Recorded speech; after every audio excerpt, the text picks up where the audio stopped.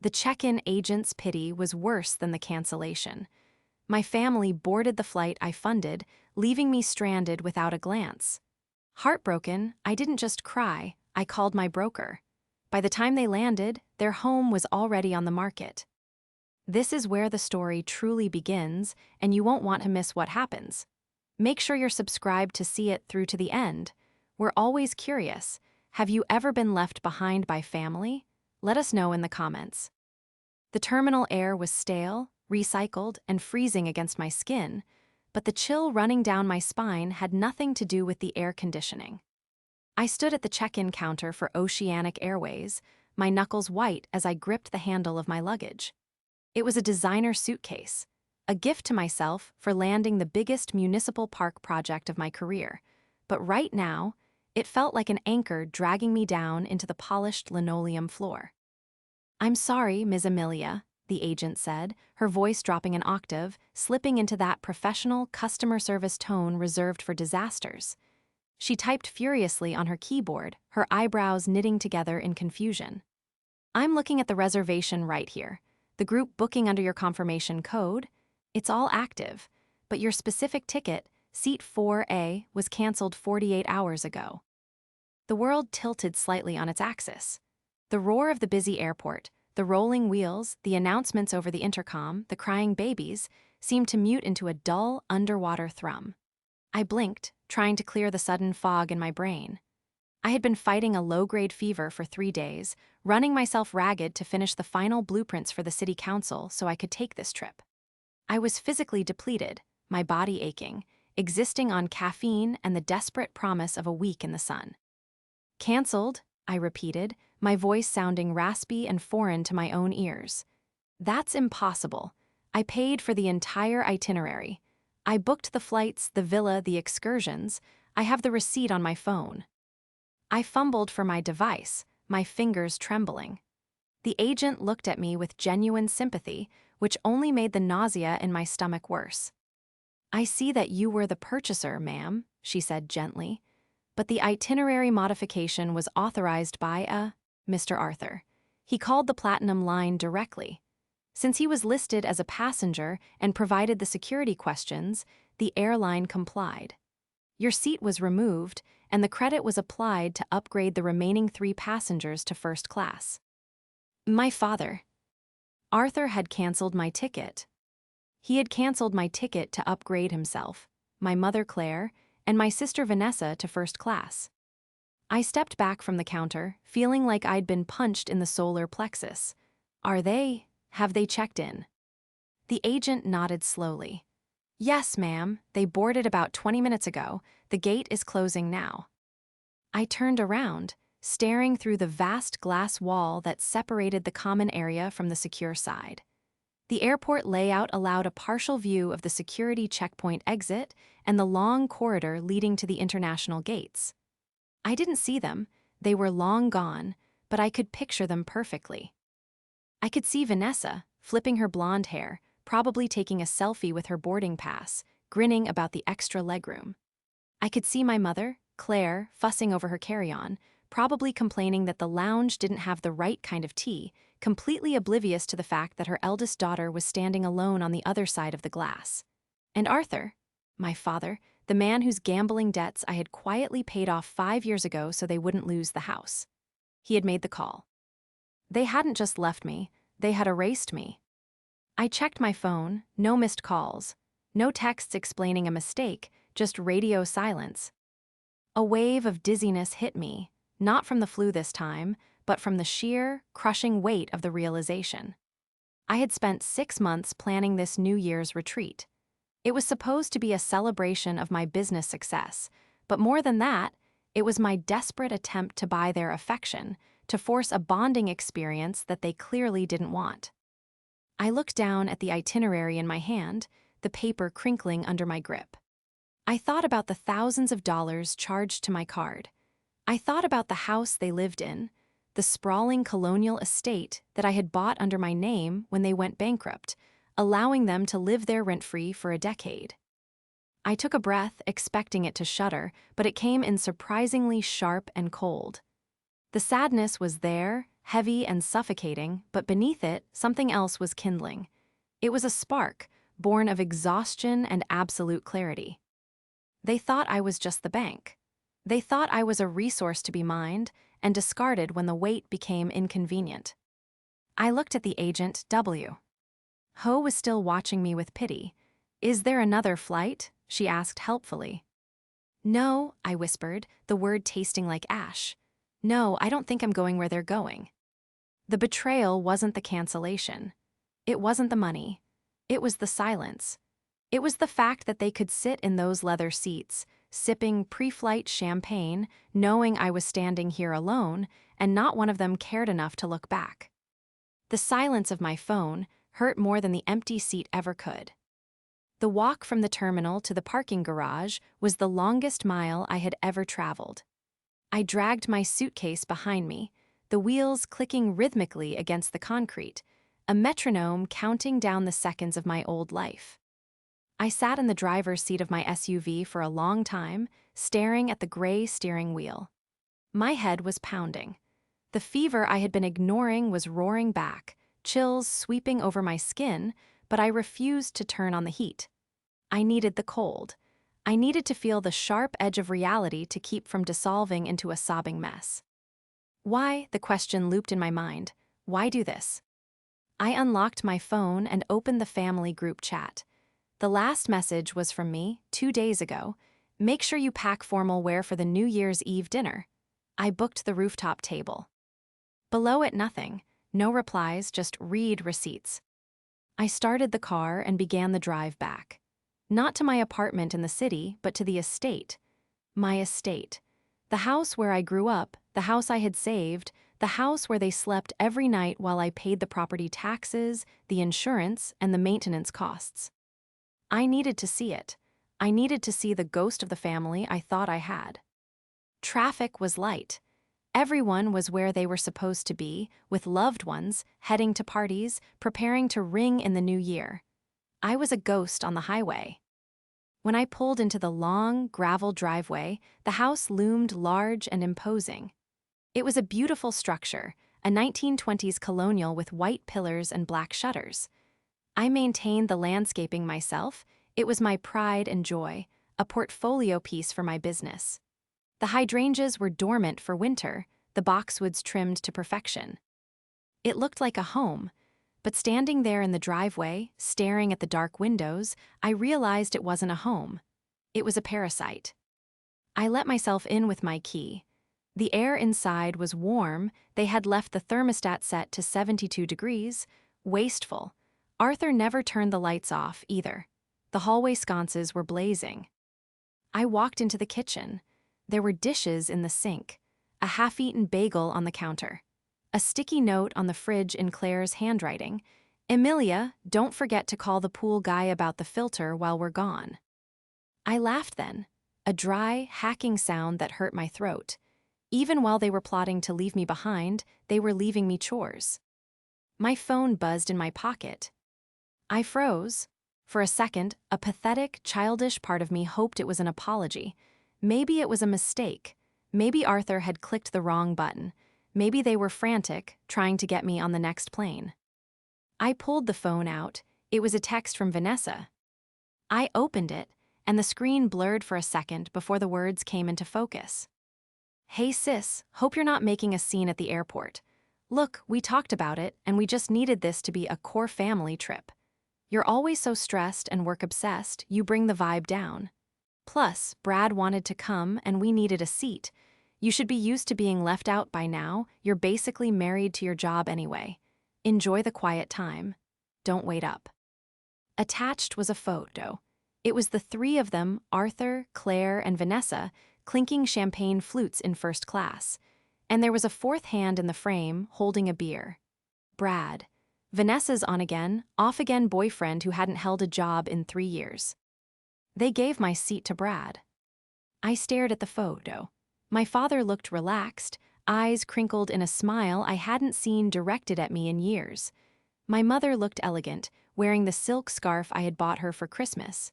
Vanessa looked triumphant. You should be used to being left out by now. The cruelty of it was breathtaking. It wasn't just a rejection, it was a dismissal of my entire existence as a human being with feelings. I was the wallet, the planner, the fixer, but I wasn't family. I typed a reply. My fingers were steady now. The fever felt distant, replaced by a cold, hard resolve. Don't worry, your new year will be unforgettable. I hit send. Then I walked over to the kitchen island and picked up the pile of mail Arthur had left there. Unpaid utility bills, credit card offers, and right at the bottom, a large envelope from the county assessor addressed to me. Amelia Vance, property owner. I ran my thumb over my name. They were so confident. They were so comfortable in their cruelty because they lived in a world where I always forgave them. They relied on my desperation for their love. They banked on my weakness. But they had forgotten one crucial thing. I didn't just pay the bills. I owned the ground they stood on. To understand why I didn't just burn the house down right then and there, you have to understand the history. You have to understand the slow, creeping poison of being the responsible one. I wasn't always the outsider. When we were children, Vanessa and I were close. But Vanessa was born with a light that drew people in. She was beautiful, charismatic, and helplessly chaotic. I was the sturdy one, the smart one, the one who did her homework and cleaned her room. Our parents, Arthur and Claire, were people who loved the idea of success, but hated the work required to achieve it. Arthur was a serial entrepreneur who chased get-rich-quick schemes. Claire was a socialite without the bank account to back it up. 10 years ago, Arthur's house of cards collapsed. He had leveraged the family home to fund a tech startup that didn't exist. The bank was foreclosing. They were going to be on the street. I was 32, just starting my own landscape architecture firm, living in a studio apartment and eating ramen to save every penny. I emptied my savings. I took out a massive loan against my business. I bought the house from the bank before the auction to save their reputation. I told them, stay here, get back on your feet, pay me rent when you can. They never paid a dime, not once in 10 years. Instead, the dynamic shifted. Because I was the landlord, I became the oppressor in their narrative. If I asked Arthur to mow the lawn, I was controlling. If I asked Claire to watch her spending on the credit card I provided for groceries, I was stingy. And then there was Vanessa. Vanessa, at 38, was a professional victim. She had tried acting, then modeling, then influence marketing. She bounced between careers and boyfriends, always landing back in her childhood bedroom, which Claire kept like a shrine. Vanessa was the primary antagonist in my life, though I had refused to see it until tonight. She whispered in Claire's ear that I thought I was better than them. She told Arthur that I only helped them to hold it over their heads. She took the love that should have been divided equally and hoarded it all for herself. She was polished, though, dangerous. She knew exactly how to play the fragile flower. Amelia is so strong, she would say to family friends at parties, sipping wine I bought. She doesn't need anyone. I'm just so sensitive, I need my family. And they ate it up. They protected her. They codified her entitlement. The text message she sent wasn't a slip-up. It was a calculated strike. She brought Brad, a man who had once hit on me at a barbecue, a fact Vanessa knew and laughed off, specifically to humiliate me. I walked into the living room and sat on the vintage leather sofa. I looked around at the clutter. Vanessa's yoga mat in the corner. Arthur's golf clubs, new, expensive, leaning against the wall. Claire's collection of porcelain dolls filling the shelves. It was a museum of their entitlement, curated by my bank account. I thought about the sacrifices, the relationships I ended because I was too involved with my family's drama. The nights I slept in my office to meet deadlines so I could pay their heating bill. The fact that I was 42 years old, successful, attractive, and utterly alone because I had poured every ounce of my energy into a bottomless pit called family. I remembered a conversation from 2 weeks ago. I had come over for dinner, bringing the food, of course. Vanessa needs a new car, Arthur had said, not looking at me, just cutting his steak. Her transmission is going. "I can't, Dad," I had replied. "I just paid for the vacation. Things are tight until the city project clears." Vanessa had sighed, a long, tragic sound. "It's fine, Daddy. Emilia has her priorities. I can take the bus. It's just scary at night." Claire had glared at me. "She's your sister, Emilia. You have 3 cars in your fleet for the business." "Those are work trucks, Mom, filled with shovels and dirt." "Well, maybe if you cared more about family than dirt, you'd understand," Claire had snapped. That was the preamble. That was the justification they used to cancel my ticket. In their twisted logic, I had been selfish for not buying the car, so I deserved to be punished. I stood up, the fever was gone. I felt cold, sharp, and lethal. I walked to Arthur's home office, the room where he played online poker and pretended to look for work. I opened the file cabinet. I didn't need to break in. Nothing was locked because they trusted me implicitly.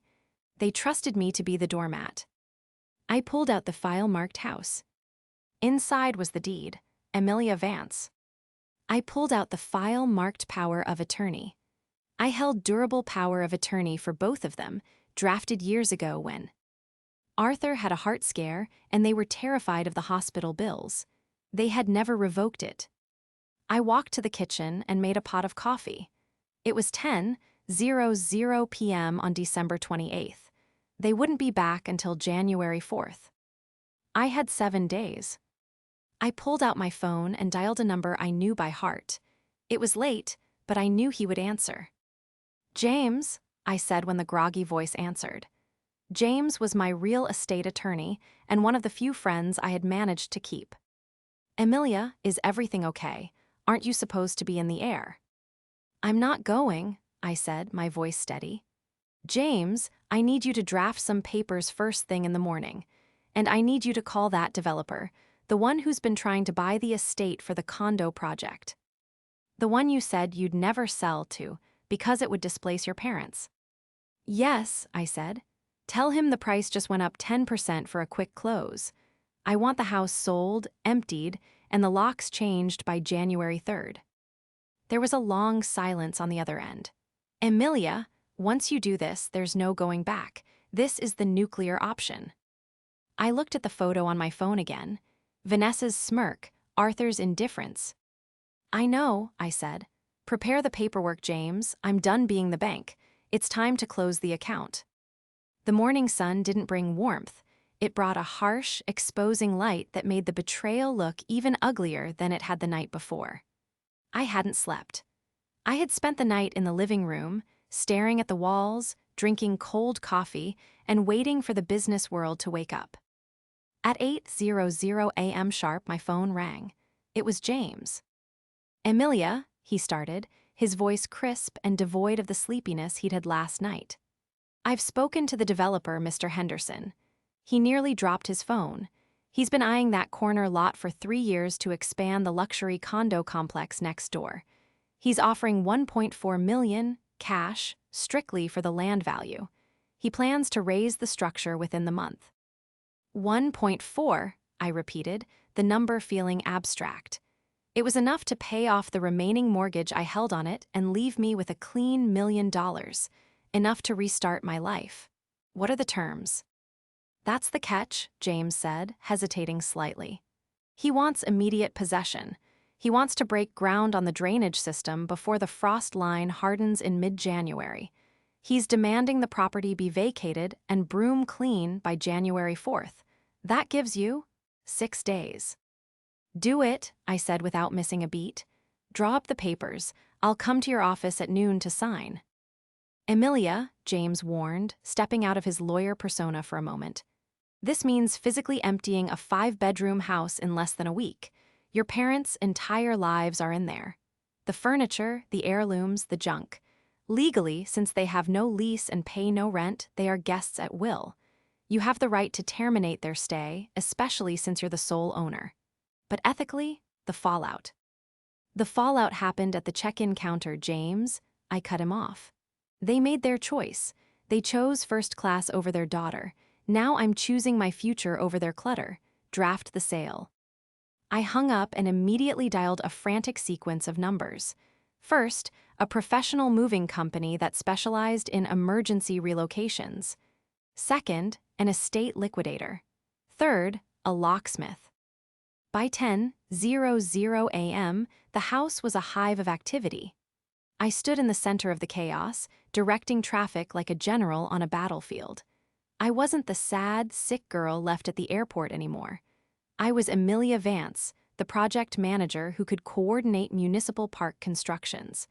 I treated my childhood home like a demolition site. "Take the antiques to the auction house holding facility," I instructed the lead mover, pointing to the dining set my mother loved more than me. "The clothes, box them up. Put them in the cheapest monthly storage unit you can find. 1 month prepaid. After that, it's on them." I walked into Arthur's office. I needed to clear it out personally. I couldn't risk the movers finding sensitive documents. I started pulling drawers out of the heavy oak desk. It was mostly junk, old golf scorecards, expired coupons, manuals for electronics they no longer owned. But as I reached the bottom drawer, the one that was usually stuck, I yanked it hard. The wood groaned and gave way. Deep in the back, taped to the underside of the drawer above it, was a thick manila envelope. I pulled it loose, the tape ripping with a sharp zip. I sat in Arthur's leather chair and opened it. Inside were bank statements. Not from the joint account I monitored and deposited money into. These were from an offshore high-yield savings account in the Cayman Islands, listed under a shell company, Vance Holdings LLC. I scanned the columns, my breath catching in my throat. Deposit $2,000. Deposit $3,500. Deposit $5,000. He dates, they matched perfectly. Every time I had given them money for a medical emergency, or a car repair, or taxes, the exact amount appeared in this account days later. I flipped to the summary page. Total balance, $245,000. I felt the room spin. For 10 years, they had pleaded poverty. I had skipped vacations, driven an old truck, and worked 80-hour weeks because I thought they were destitute. I thought I was keeping them from homelessness. But they weren't broke. They were siphoning my money, hoarding it. And then I saw the withdrawals. Transfer to V. Vance, $5,000. Transfer to V. Vance, $10,000. Payment, Mercedes-Benz dealership, lease down payment for V. Vance. My hands shook so hard the papers rattled. They weren't just saving it. They were funneling my hard-earned money to Vanessa. The new car she needed, the one they berated me for not buying, Arthur had already bought it for her using the money I gave him for his heart medication. This wasn't just favoritism, this was embezzlement. This was a long con, and I was the mark. I took out my phone and photographed every single page. Then I put the originals in my bag. "Ma'am." I looked up. The mover was standing in the doorway, holding a box. "We finished the master bedroom. Do you want us to pack the daughter's room next? The one with the pink walls." "Vanessa's room, the shrine." "No," I said, standing up, my voice cold as steel. "Don't pack that room. Trash it. Everything in there goes into the dumpster. If it's not out in an hour, I'm docking your pay." New Year's Eve arrived with a biting frost. The house was unrecognizable. The furniture was gone.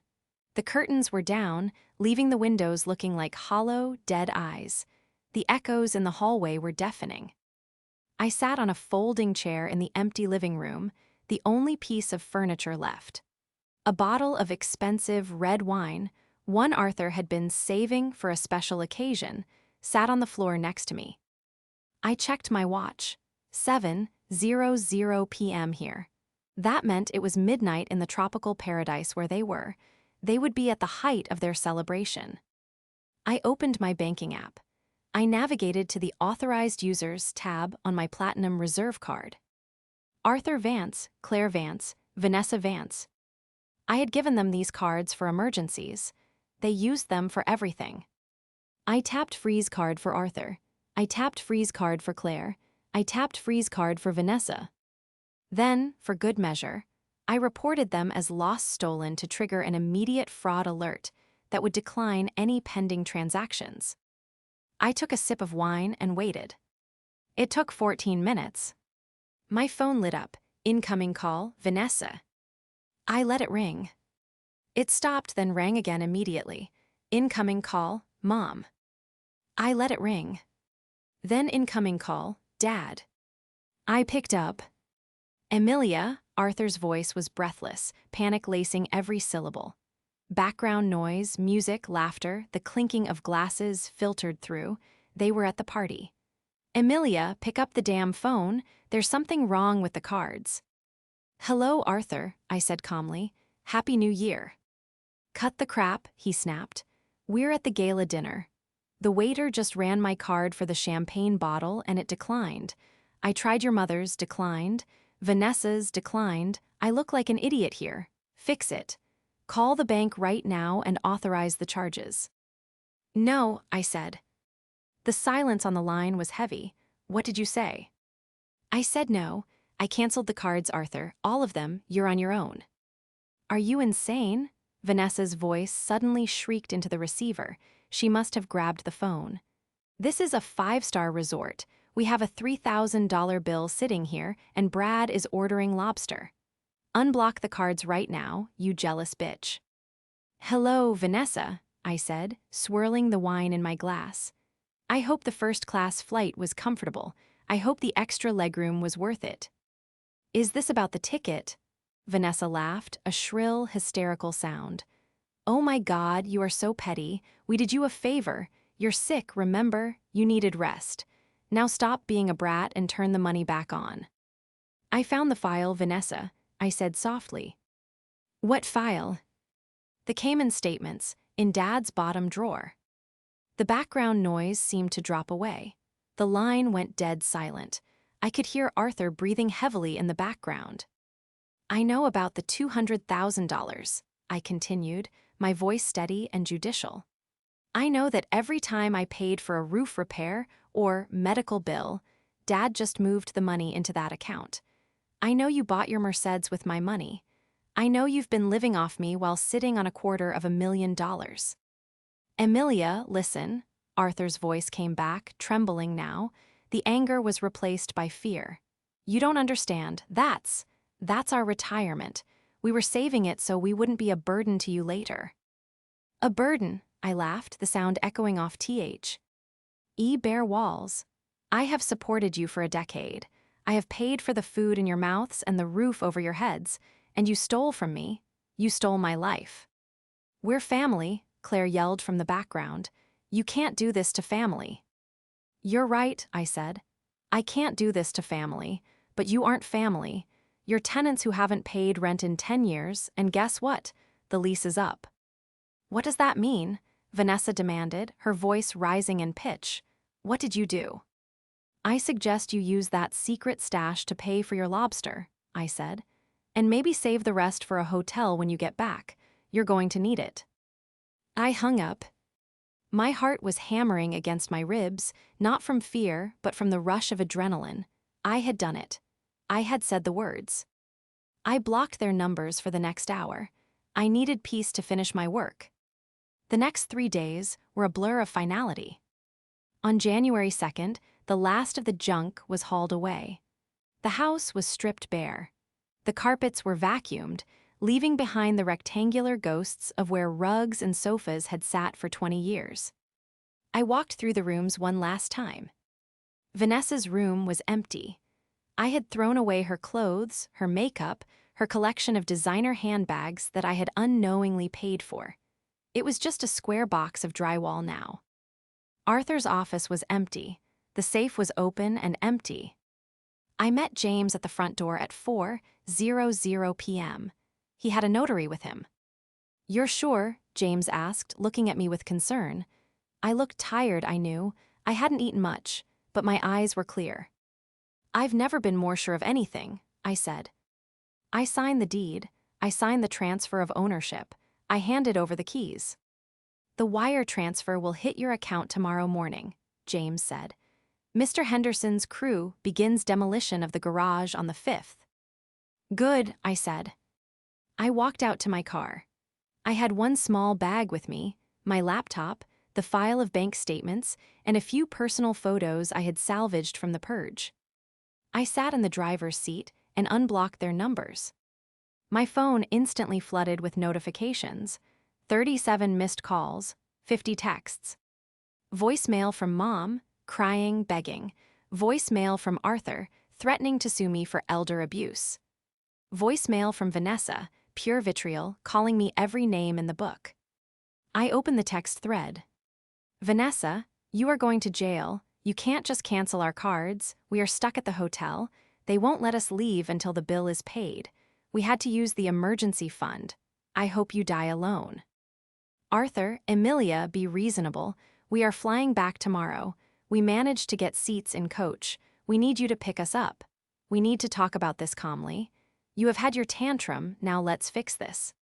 They still didn't get it. They thought this was a skirmish. They thought they could come home, yell at me, manipulate me into apologizing, and everything would go back to normal. They thought the house would be there. I composed a new message to the group chat. Don't bother taking a cab to the estate. You don't live there anymore. I attached a photo. It was a wide-angle shot I had taken just before leaving. The living room completely empty, no furniture, no curtains, and right in the center of the floor, illuminated by the harsh overhead light, was the sold sign I had brought in from the front lawn just for the picture. I added one more attachment, a PDF of the notice to quit that James had legally served via email, combined with a screenshot of the wire transfer confirmation showing the house was no longer mine. I sold the house. The new owner takes possession tomorrow. The locks have already been changed. Your belongings are in storage unit B44 at U Store It on Route 9. I paid for 1 month. The key is under the mat at the unit. I hit send. I watch the read, receipts appear one by one. Arthur, Claire, Vanessa. Then the typing bubbles appeared, then disappeared, then appeared again. They were realizing it, the magnitude of it. They weren't just coming back to an argument. They were coming back to nothing. No home, no free ride, no servant. My phone rang. It was Arthur. I answered, putting it on speaker as I put the car in gear, and drove down the long driveway for the last time. You sold my house, he whispered.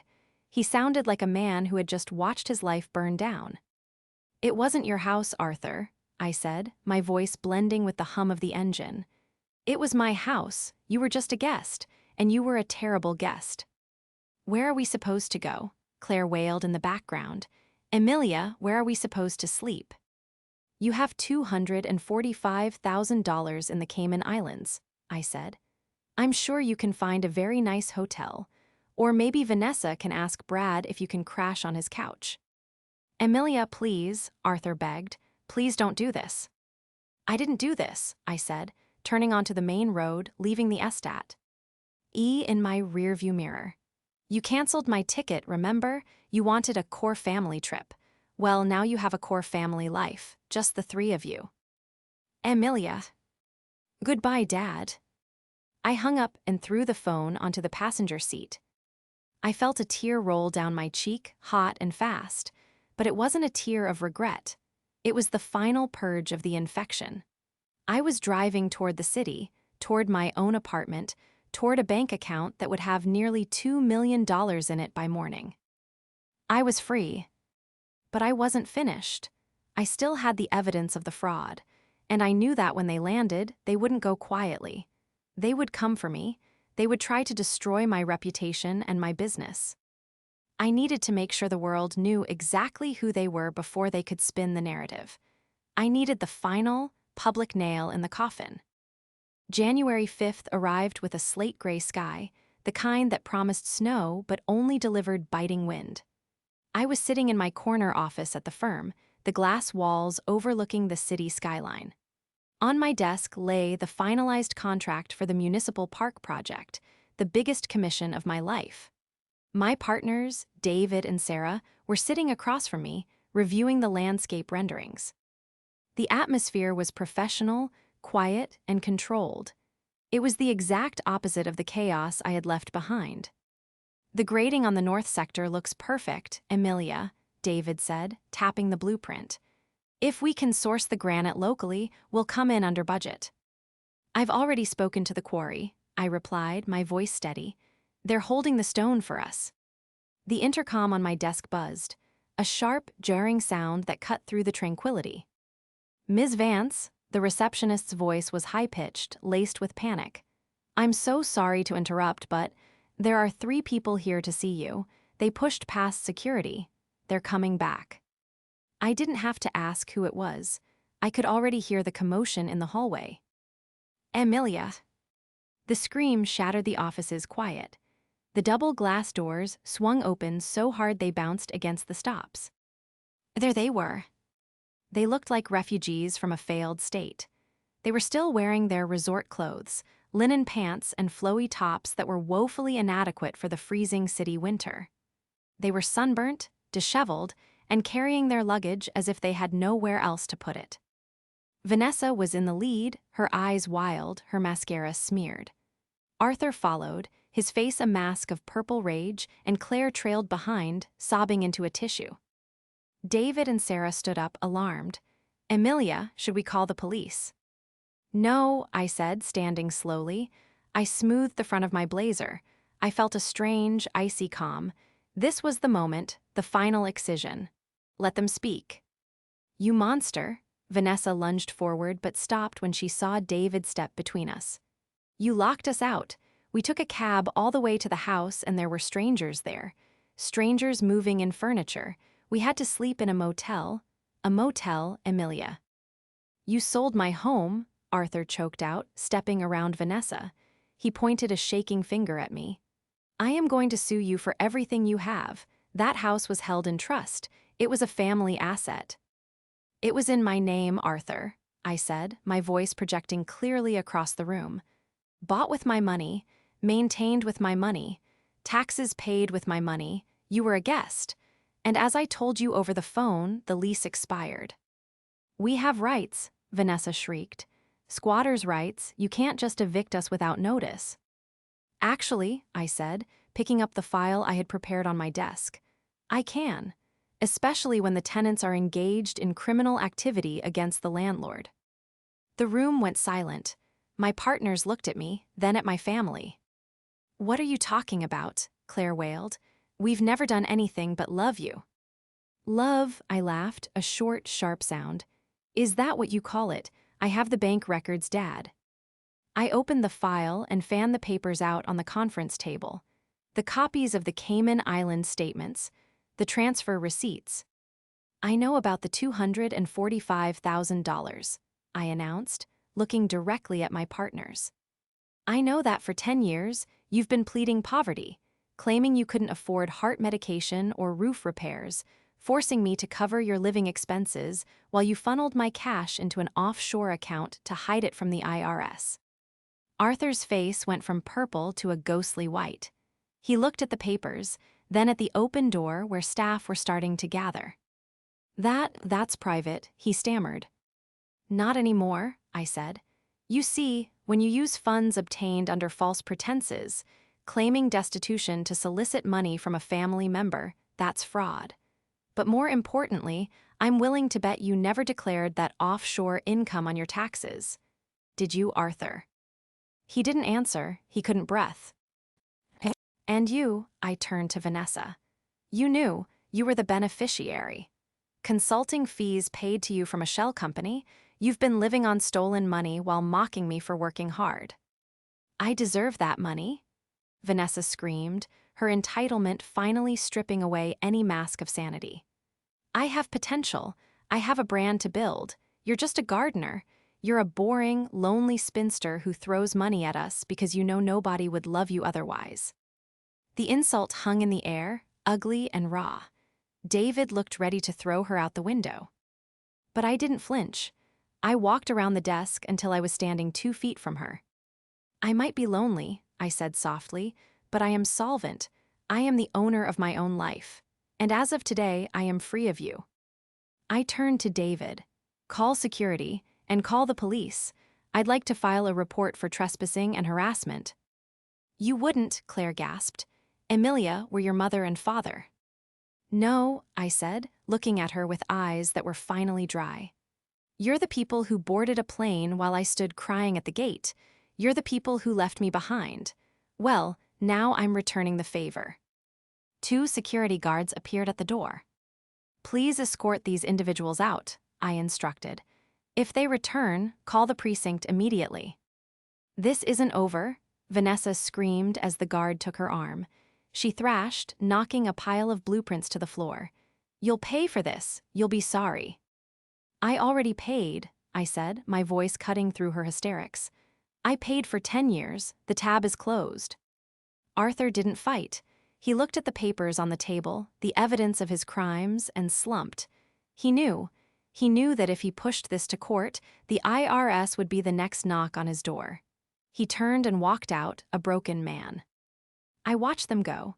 The elevator doors slid shut, cutting off Vanessa's screaming. The silence rushed back into the room. I am so sorry, I said to my partners, gathering the papers. I apologize for the disruption. David reached out and placed a hand on my shoulder. Don't apologize, Emilia. That was the most impressive thing I've ever seen. I looked at the closed elevator doors. I felt light, weightless. The anchor was gone. 3 months passed. The snow finally melted, revealing the first green shoots of spring in the city parks. The project was underway, and I was spending my days on site, boots in the mud, directing the planting of 300 oak trees. I hadn't heard from them directly. I had blocked every number, every email address, every social media account. But news travels in small towns, and James kept me updated. The fallout had been absolute. Without the house, and with their credit cards frozen, they had been forced to dip into the Cayman account. But their panic had caused mistakes. Arthur tried to move a large sum too quickly, triggering a flag.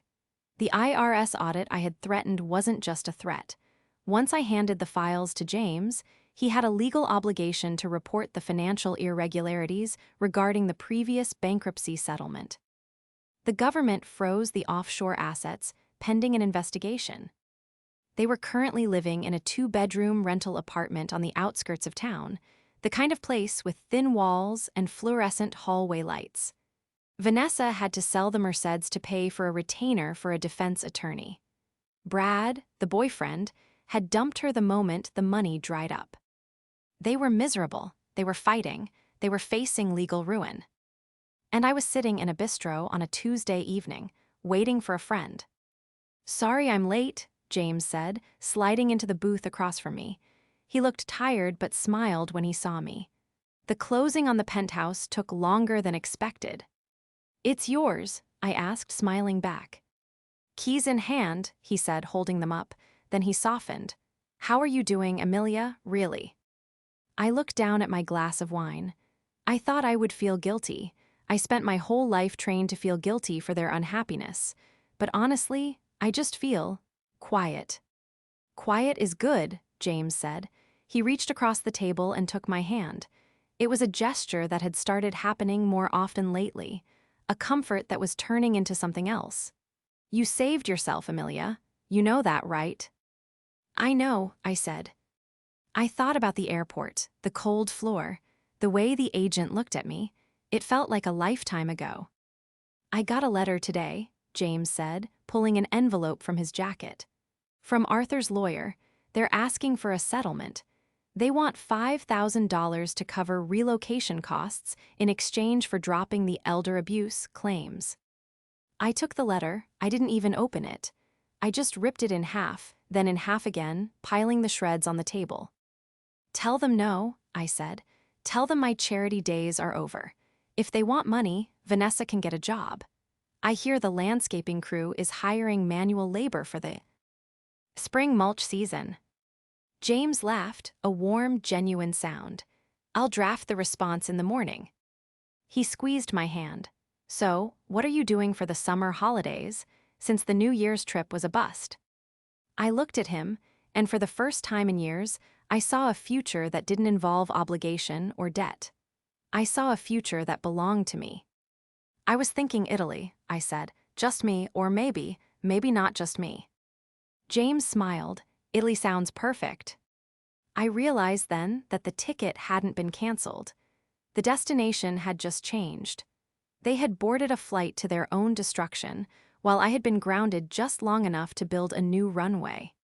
I raised my glass to unforgettable years. To freedom, James replied. We clinked glasses, the sound ringing clear and true, drowning out the ghosts of the past forever.